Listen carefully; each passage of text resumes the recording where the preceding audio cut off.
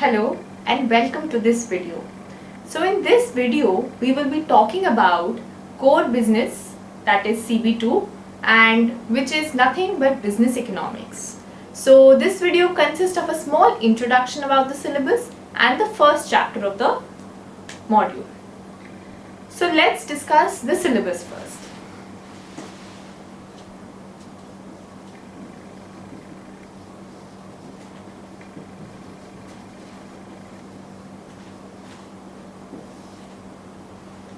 There are 23 modules in the book, and in the paper, so the paper is divided into three parts: the MCQ, the short answers and the very long answers. So the MCQ consists of around 39 marks. Each MCQ is 1.5 marks each.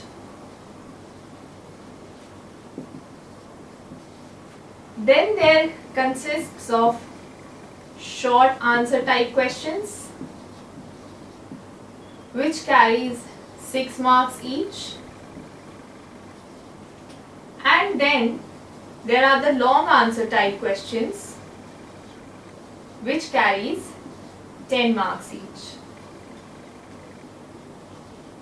So that makes it 100 marks paper, and there is no other papers which you have to give, like in CS1 you also have to give R. So nothing, it's completely a theory based paper, and that's it. So the book which we will refer is the John Sloman 10th edition. This is recommended by the board.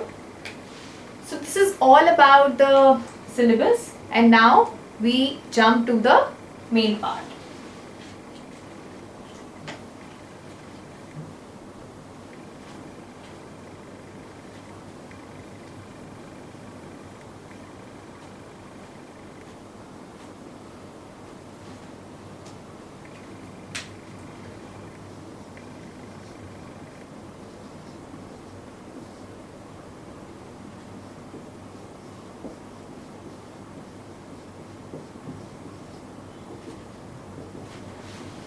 So what is economics? So economics has been originated from a Greek word which means household management. Now, to manage the household, there are certain types of things which we require. For example, we require funds. So the funds are basically nothing but income of the households. So how they will allocate these funds into various production and consumption. So three words which have come up are funds, production, consumption. Now suppose a rich household, so they will allocate maximum of their income into consumption because they have a very less amount of income. And the rich households will allocate a small amount of their income into consumption. So that means that different households have different level of management. So it all depends on a human behavior. Hence we can say that economics is a study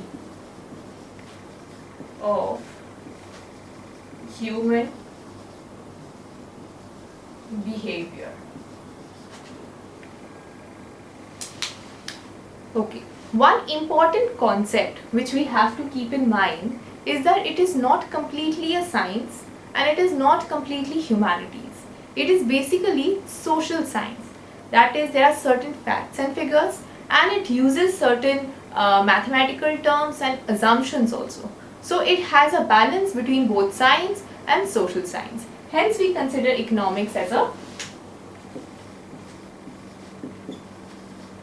social science. So now we will talk about the two very important concepts in economics, that is production and consumption.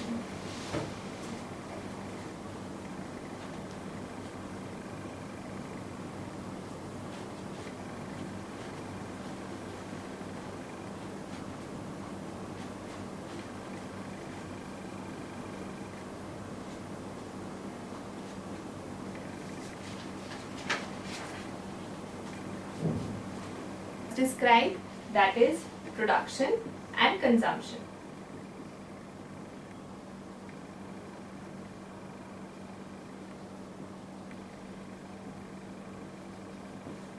So what is production? Production is how much a particular firm produces, in how much quantity, and what are the various inputs it require in producing that particular output. So basically there has to be a certain amount of raw materials in hand, and there should be a desired output which is being produced using these raw materials.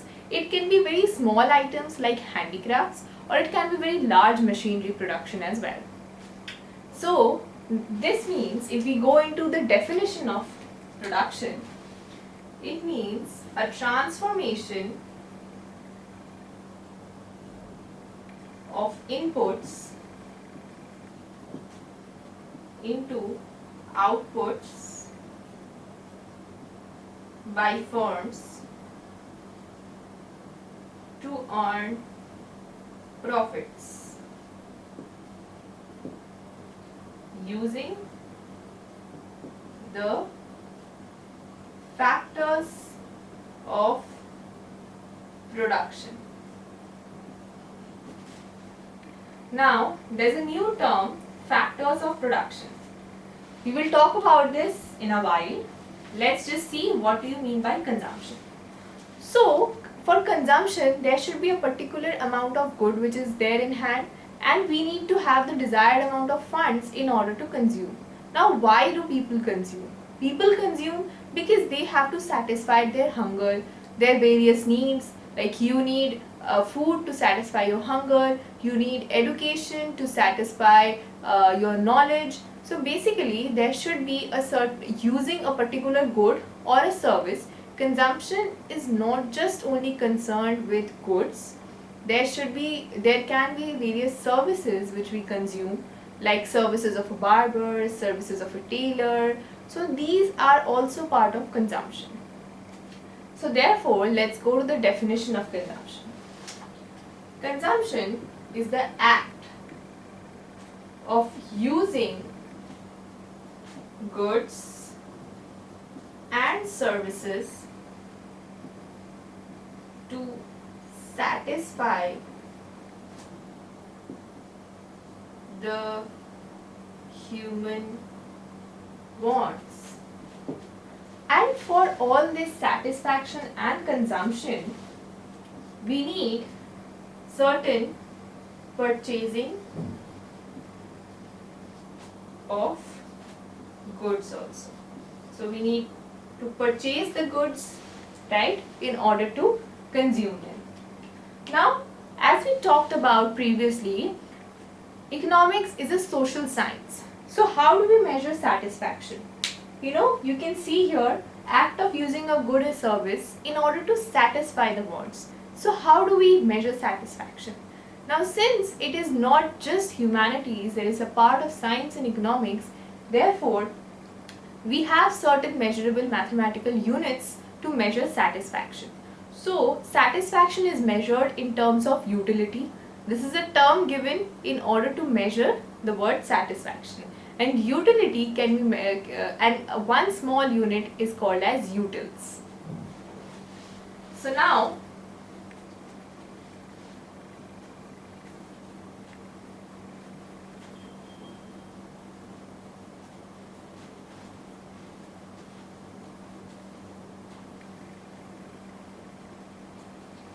we see one of the points which we missed that time are the factors of production.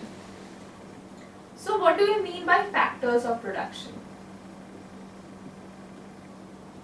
Factors of production refers to all those inputs which are used in the production process. Now for carrying out a particular production, what all things is required? Suppose we want to produce car. So what all is required? In order to produce car, you need to have a particular area. Maybe the industrial areas which are there. So therefore, we need land. Because without land, the process of production will not take place.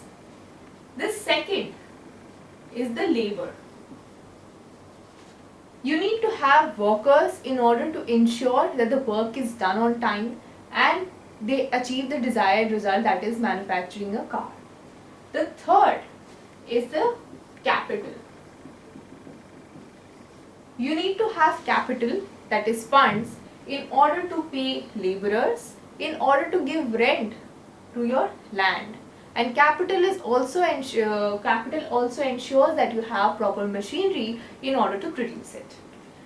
So these factors of production, they earn certain returns.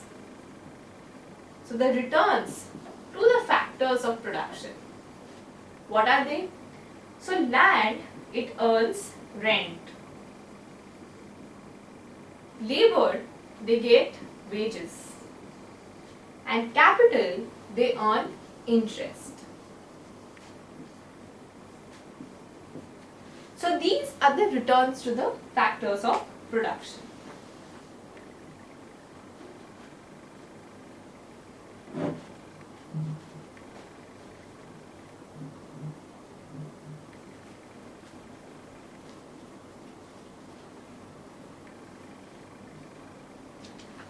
Now, why did the concept of economics arise? There must have been certain problem related to it because of which the concept of economics arise. So there is a central problem in economics, and the central problem is that of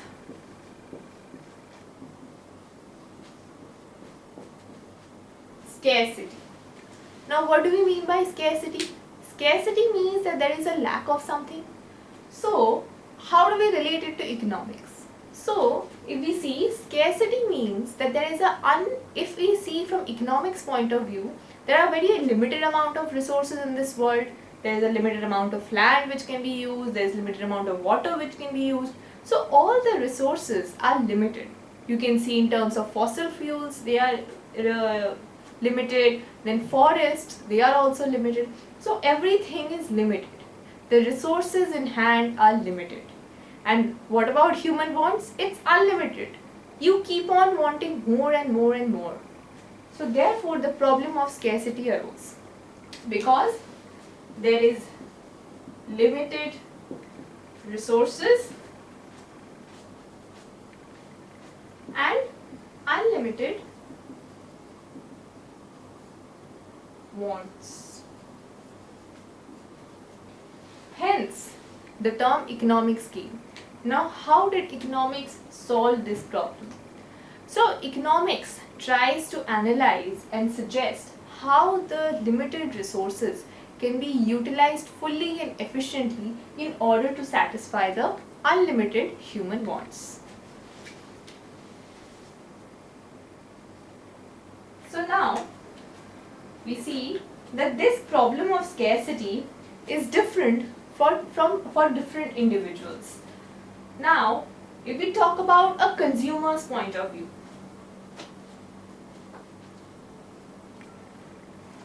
if we talk from a consumer's point of view, so consumer also has unlimited wants, that is, it wants to have all the goods which is there in this whole world. And what are the limited resources of a consumer? That is limited amount of income which is there in hand. And if we check for producers, so what are the limited amount of goods? For the producers, the limited resources are its capital, or we can say working capital.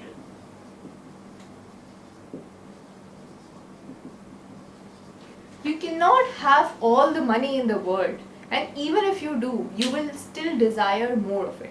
Hence, the problem of limited resources can be seen different for different individuals. Hence, the problem of scarcity is also different for different individuals.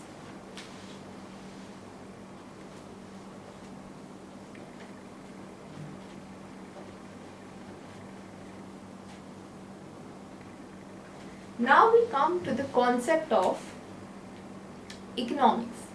how economics is divided into two parts.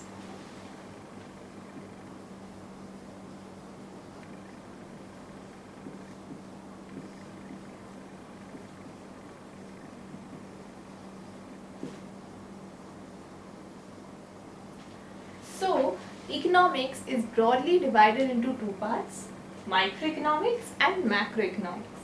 What is microeconomics? Microeconomics takes care of an individual economic unit. That can be an individual household, an individual firm, anything which is individual is taken care by microeconomics. And what about macroeconomics? So macroeconomics takes care of the economy as a whole.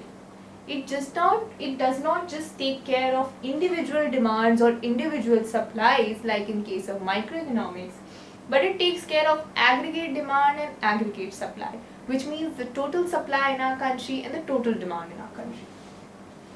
So this talks about individual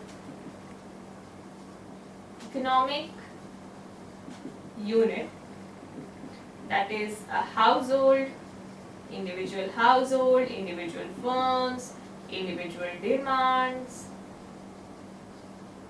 And the concept of macroeconomics, it takes care of the economy as a whole.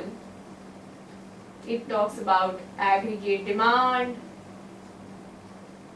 aggregate supply, inflation,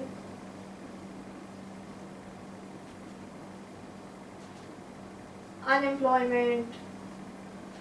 So these are certain concepts which we will study in later chapters.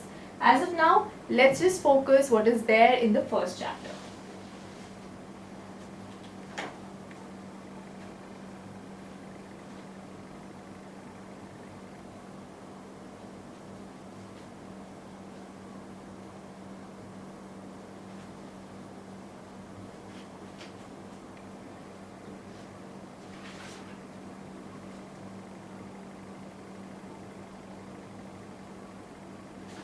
So now we talk about microeconomics.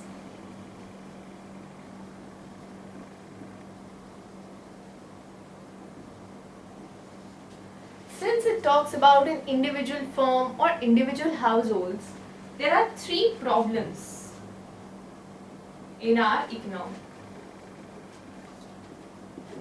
The first problem is what to produce and how much. The second problem is how to produce.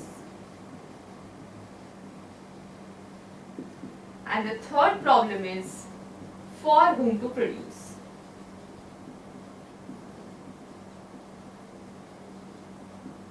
Now, if we talk about the first problem, what to produce. Let's say there's a car company. So what to produce? So the car company has to decide whether to produce, say, more of Alto or whether to produce more of Audi. So it has to decide which one it should go ahead in production and how much. So the car company also has to decide the amount or the quantity of the cars which it has to produce. If it sees the demand for its particular car is not that high, say in case of Audi only a very limited amount of people can afford it, then it will produce in lesser quantity. At the same time, if it wants to produce say Alto and it sees that a larger chunk of our economy is demanding Alto because of their limited funds, then it will of course increase its production. The second problem is how to produce. So how to produce means what type of technology it should use in order to produce. Now there are two techniques of production.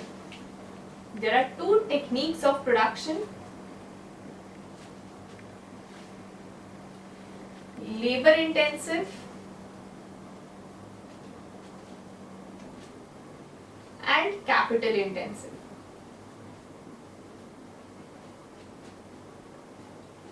So what do we mean by labor intensive and capital intensive?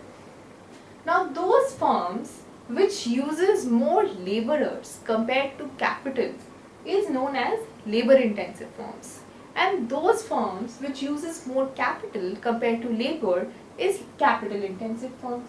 Now we have to see that capital and labor are not completely substitutable. You cannot just erase labor and substitute it with capital, because you need to have basic funds in order to run your company. Suppose the capital is there and everything is run by robots in our country and there is no labor. Now in case one of the robots default, then what happens? A human capital or a human being needs to take care and set up the problems of the robot. So you just cannot eliminate the concept of labor from the economy.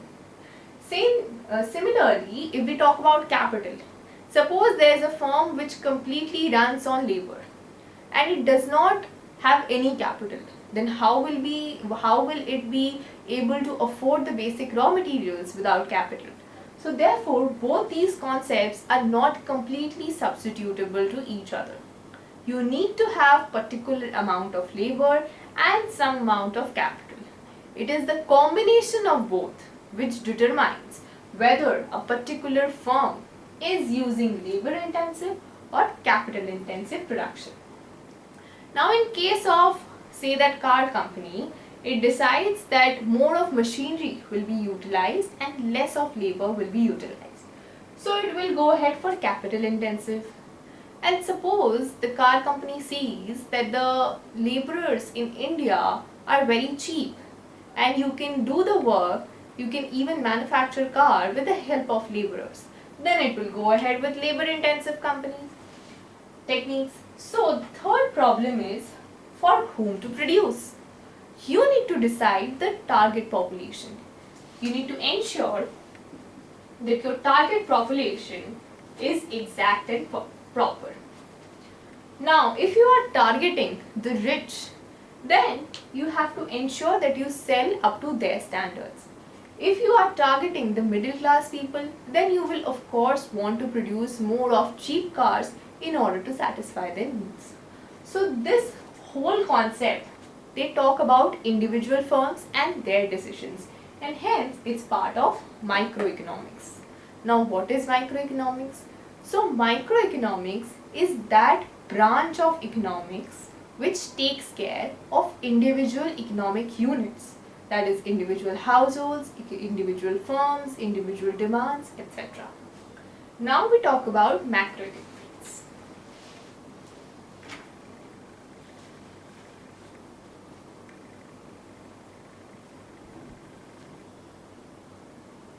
We talk about the second branch of economics, which is macroeconomics.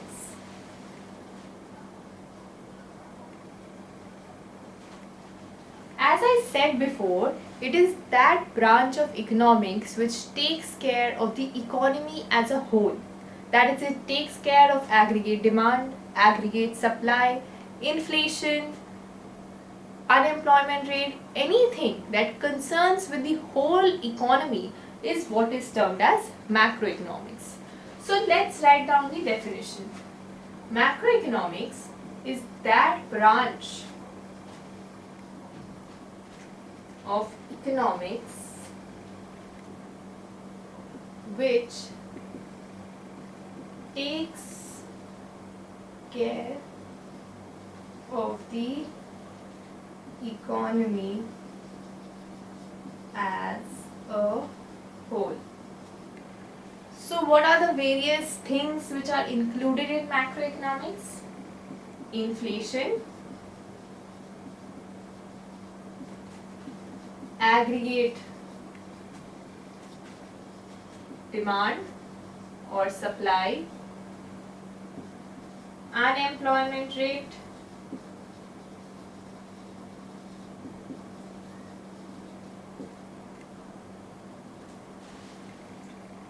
so now we will go into small details about these topics. Let's start with inflation.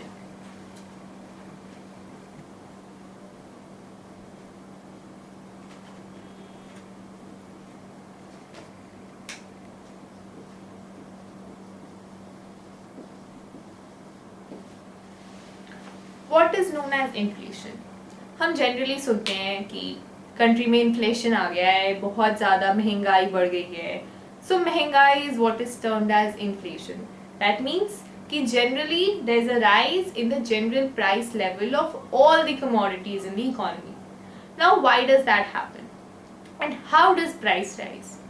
For example, suddenly there is a trend in the country of eating more of, say, rice. Okay, so there's a limited amount of production.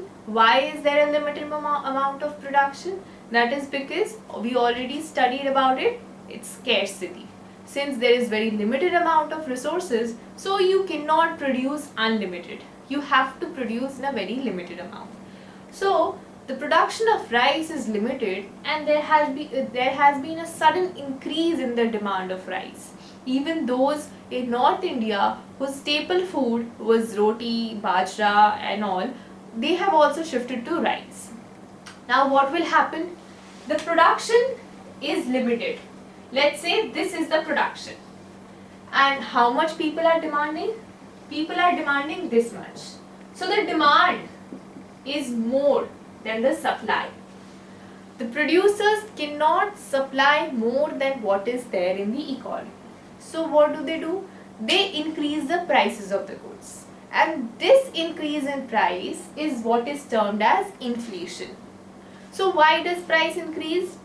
And how will it affect? When there is an increase in price, only those people can buy the product who can afford it now at the new price. As a result, what happens? The poorer people, those people who comparatively do not have that much of income, they will wipe out from that demand. So at the end, the whole production of rice will only go to those people who are willing to pay that much amount of money for that. So this is known as inflation. It is termed by a general rise in the price level in the economy. General rise in the price level in the economy is what is known as inflation.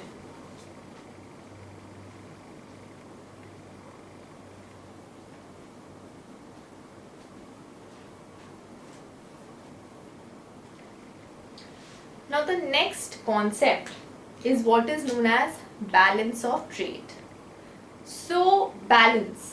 The word balance means there has to be two items and there should be a balance between both of them. So in trade, what are the two things which are there? There is export in one hand and there is import in other hand.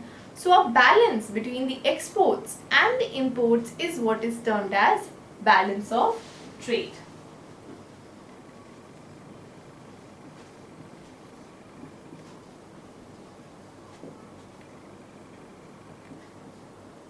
It is a balance between the exports and imports. To explain this concept a bit more, we will take two cases. In the first case, let's say the exports are greater than the imports. What happens in this scenario? Now suppose we are selling more of our product, of home-based products, to outside, and we are importing less. That is, we are buying from foreign countries less of the foreign-based products. So in this, what happens? The products which were produced in our countries are being sold outside. So this means more income is generated by our country. Now why is it that the foreign countries are demanding our commodity? Maybe one of the product is sold at say $5 in a foreign company, and the same product with same quality is sold at say $3 in our country. So that means the same product is valued at a much lesser price in our quantity in our country, and as a result the foreign companies, foreign individuals or foreign citizens, they want to get hold of our products. As a result, the exports will increase. That is, we will sell more of our products to the outside country, and in return, we will get the desired money. The second concept or the second case is when exports are less than imports. Now, why will this happen? This will happen because, say, the products of foreign countries are at a very cheaper rate than the products of the Indian companies. And as a result, the Indian citizens, they will think that why not I buy some product from foreign country? Why will I spend the same amount, a higher amount of money on that same product in our Indian company? So therefore, they will demand more of foreign based goods and the imports will rise. Now, one important thing is, when the imports are higher than the exports, it means a part of the income which is generated in our country is sent abroad. So that's a loss for the country. So when exports are more than imports, this is known as a surplus in the balance of trade. And when exports are less than imports, this is known as a deficit in the balance of trade. This is a very important concept, and hence we will focus on this again. So the first case, when exports are greater than imports, what happens? It is known as surplus. Why does this happen? That is because the home products are cheaper than foreign products,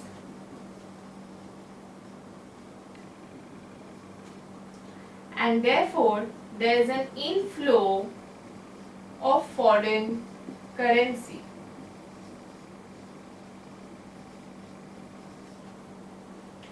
The second concept is when exports are less than imports. This is known as deficit. In this, the home products are expensive, so people will prefer to buy outside products, and as a result of which there will be a part of income which is generated in home is sent abroad. So this is an important concept, and there is a lot of details involved in this particular topic, which we will discuss in the further chapters. Now the next concept, recession.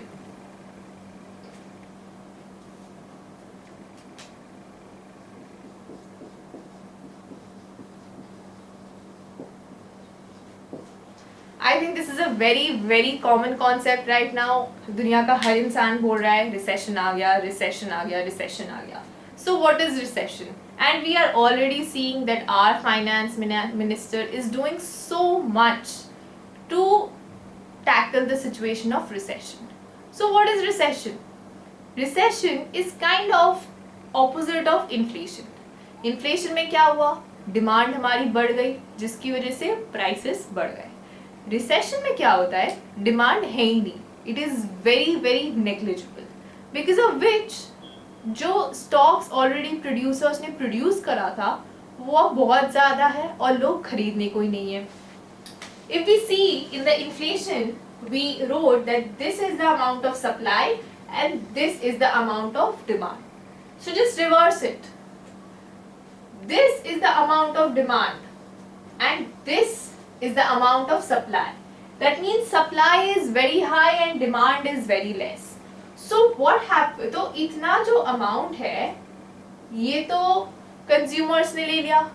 Now what happens to this this much, ये जो इतना सारा है इसका क्या होगा? So this is left idle, this is untouched, nobody is buying it. तो producers क्या कर सकते? They have to stop production. Once they stop production, what happens? They will start laying off workers, there will be more unemployment. So this has a very important impact in our economy. So just write the basics of this. In this, the national output falls.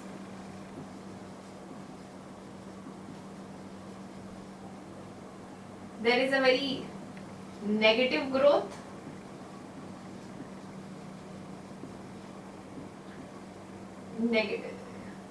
Negligible demand.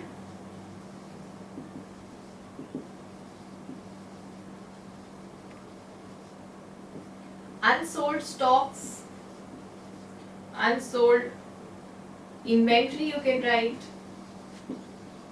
inventory or produce. And this is a loss to the manufacturers. And if we look into the details, now the manufacturers are not able to sell their particular produce to the country. So what happens? They have no income. They have incurred a particular cost, but until and unless the revenue is generated, they do not have profit. And अगर profit नहीं होगा, they will not be able to give payment to the workers. So what will happen? They will start laying off the excess workers, which is happening right now in our country. So many thousands of people have lost their job because of recession. So this is the whole concept of recession. And from recession, one concept which just generated was the concept of unemployment.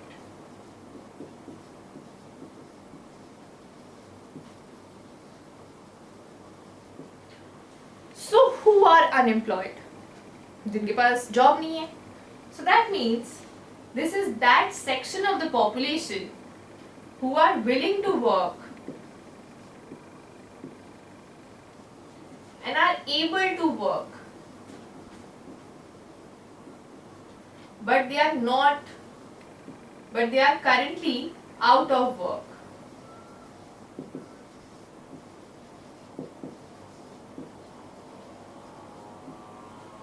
That is, we can also write it as the number of people actively looking for work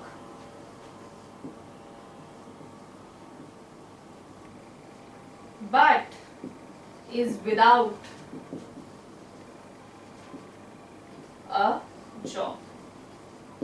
Now, why do we say actively looking for work?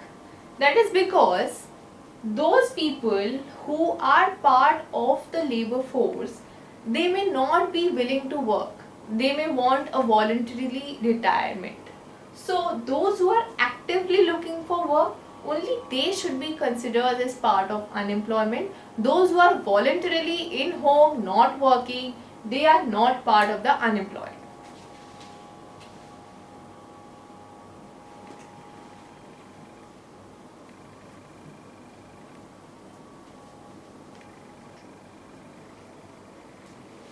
In order to tackle the problems of inflation or recession, what does the government do? There are two methods through which we tackle this whole situation. That is the demand side policy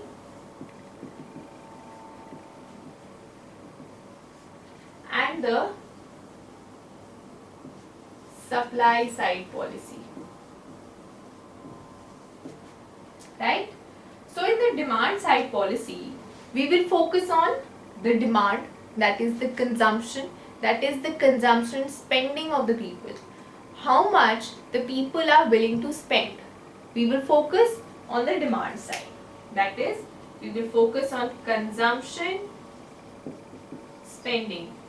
मतलब कि we will be giving more attention to the consumers. And the supply side policy will focus on the supply. That is, we will be focusing on the suppliers or the manufacturers, and we will try to make sure that there is enough production in the country. So it is production related.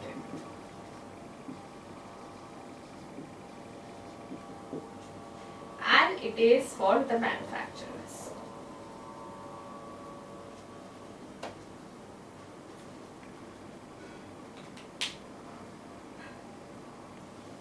Now, there are two more topics which we have to discuss.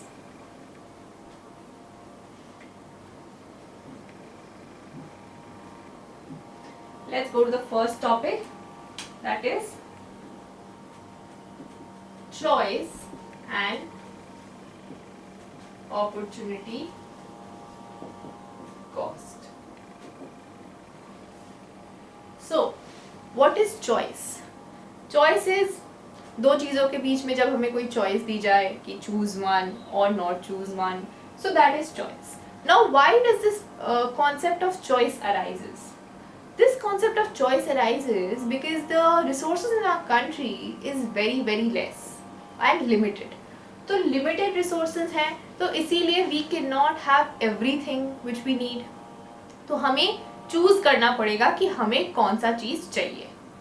So the problem of choice comes because of the scarcity issue. That is why. That is, there is limited amount of resources in the country, and hence a person has to choose between two alternatives. And from this, we derive the concept of opportunity cost. Opportunity cost is the cost of next best alternative foregone. Suppose, let's take an example. You have a particular amount of land, and you have to give you have a choice whether to use it for production of rice or to use it for production of, say, fishery, for fish culture. So you need to see what is the cost of both of them and which one is better for you. And depending on that, you have to make the choice. Now, why do we have to make the choice? Because land हमारी fixed है, land हमारी scarce है, और land हमारी limited है. That is because we have to choose between them, and through the opportunity cost, we will see which one is more suitable for us. So let's take the example. So this was the plot of land which was given to us, and we have two options: to cultivate rice from this plot of land, or to have, let's say, fish culture. Okay. Now from this plot of land, it is seen that we can only have 20 kgs of rice production in a year, and the price of per kg in the market is, say, 1000 rupees. From fish culture, we see that the annual earning of undertaking this option is, say, 10,000 rupees. Now, what is the cost of both? For rice, if we see, it is 20 into 1000, that is 20,000 rupees is the earning which we will get. From fish culture, we see that we will get 10,000 rupees. So which one is better? Of course, rice is better. So a person will choose rice. So the problem of choice is solved because a person will choose rice. And what is the opportunity cost? Opportunity cost is the cost of the next best alternative foregone. So the cost of fishery is 10,000. So opportunity cost will be 10,000. Now in case fish culture would have yielded, say, 21,000. Then the consumer or the person would have chosen fish culture. So the choice was fish culture. And what was the opportunity cost? The opportunity cost was the cost of the next best alternative, that is rice, and therefore the opportunity cost in the second case is 20,000. So this is the problem of choice and the problem of and the concept of opportunity cost. So what does a person have to do? In economics or in this whole country, we have to make sure that people are rational with their choices. What do we mean by rational? By rational we mean that the benefits derived out of it should be greater than or equal to the cost. In the example which I gave, the benefit in the first case was to choose rice. So the benefit was more in choosing rice than the cost, and therefore the decision of the person was rational in nature. The second, if we see, is that people have to weigh the pros and cons, or the benefits and cost, while selecting a particular thing or while making a choice. In case the benefits are more than cost, then it's a rational. If the benefits are less than cost, it is an irrational decision. It's an irrational decision in the nature. So the decision makers for a consumer, a rational consumer will try to maximize his benefit. Now benefit means will try to maximize his satisfaction, which can be measured in utility.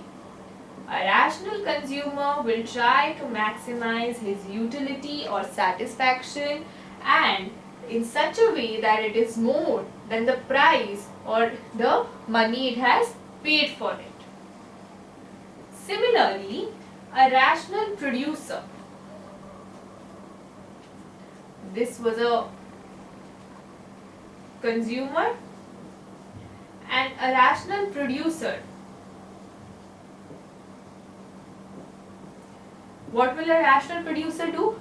A rational producer would ensure that there is a maximum profit and minimum cost. That means so that the profit is of course more than the cost.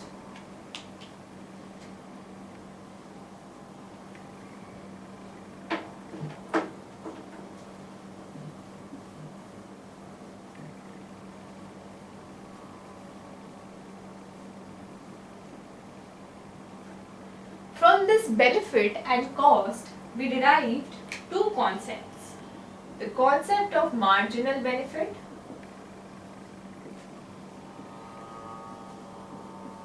and the concept of marginal cost.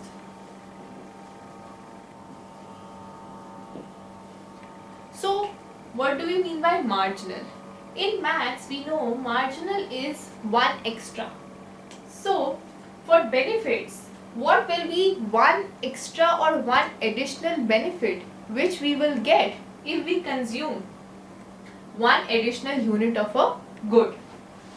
We talk about the marginal benefits and the marginal cost. So what is marginal benefit? Marginal benefit is the additional benefit which a person gets by consuming or having one extra input of the resources. And what is marginal cost? Marginal cost is the cost incurred or the additional cost which is incurred by producing one additional output of a good. So mathematically, just like we write it dy by dx, we write this d of total cost by dx, which is nothing but marginal cost. So basically x here refers to one output. So the cost incurred in producing one extra output is what is known as marginal cost. Similarly, marginal benefit is the derivative of total benefit. So when we consume one extra unit of a good, the benefit which is derived is known as marginal benefit. So a firm has to ensure that the total marginal benefits must be equal to marginal cost. And for this, it is very important that the resources are fully and efficiently utilized.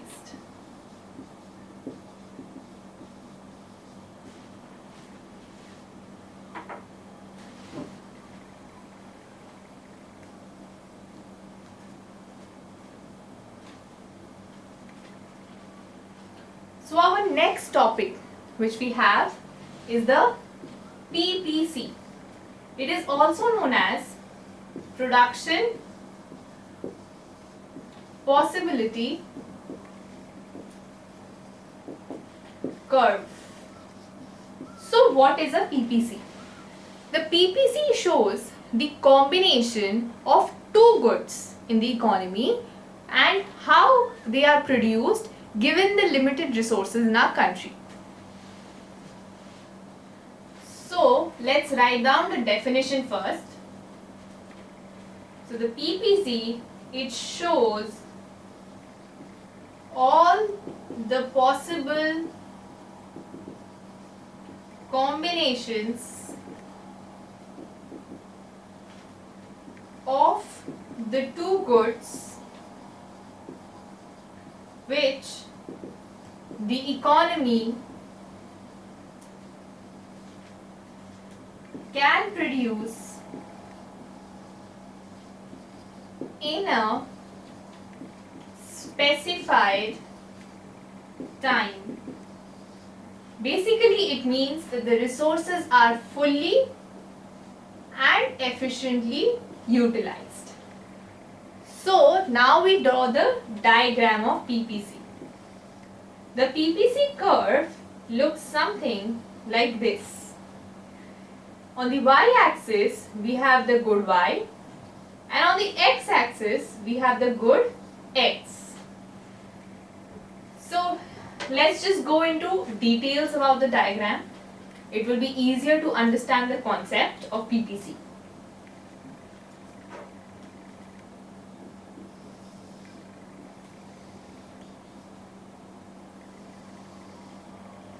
Let's assume that this is good y and this is good x. So good y is suppose food and good x is clothing. So an economy has to make a choice between the two, or either it can produce one of the goods or it can produce both the goods. When it has to produce both the goods, there is a particular amount of combination which has to be made. Reason is that the resources in the country are limited. The resources in the economy are limited and we have to fully and efficiently utilize it. So let's assume that this is 8. So in order to produce 8 units of good y, we will have to give up, or we will have to produce 0 units of good x. Similarly, in order to produce say 1 extra unit or just 1 unit of good x, we are required to produce 7.5 units of good y. That means we have to give up 0.5 units of y to get 1 unit of x. Now we see in the next one also, we have to give up 0.5 units of good y in order to get 1 extra unit of good x. In order to produce the third item, we see that we have to give up 1 unit of y in order to produce 1 unit of x. see here in the first part the sacrifice was just 0.5. In the second part it is 1 unit, which means that as we keep on increasing our consumption of good X, we have to sacrifice more and more units of good Y. So in this PPC, in this whole curve, it shows all the possible combinations of both the goods which the economy can produce. For example, if we talk about this point, it shows 3 units of good X and 6 units of good Y. So let's say this is B. So the economy, if we say the possible combination is at B, it means that for the economy the optimum output will be 3 units of good X and 6 units of good Y. Now let's see what happens to this if there is an increase in investments in the economy.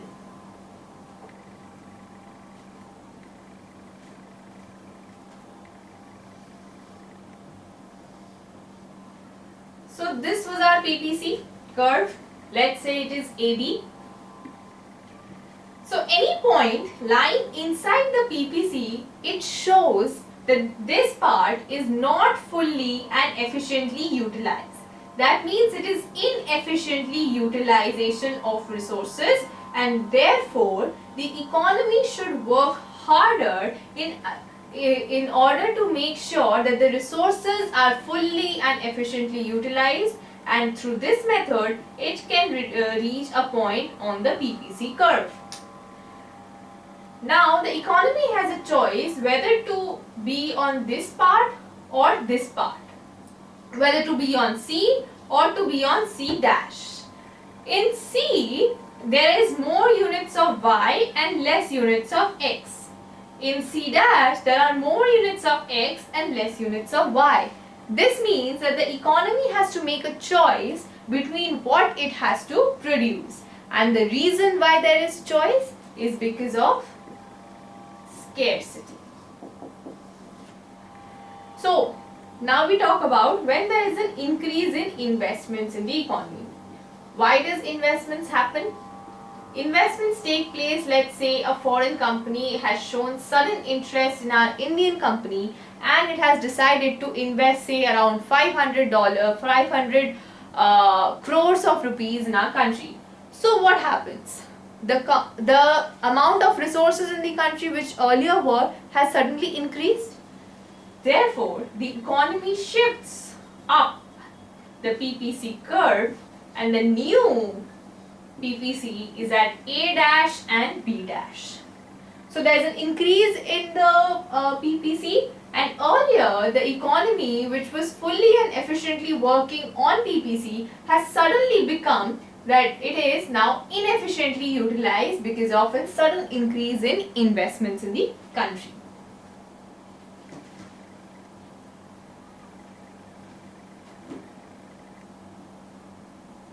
Now this is because when the investments increase or when there is an increase in investments, what happens is there is an increase in the capital of the economy. Through capital, we can increase our raw materials. When raw materials increases, there can be also technological advancements in the country. Technological advancements will lead to educated workforce, more educated workforce, and this will increase the productivity of the nation.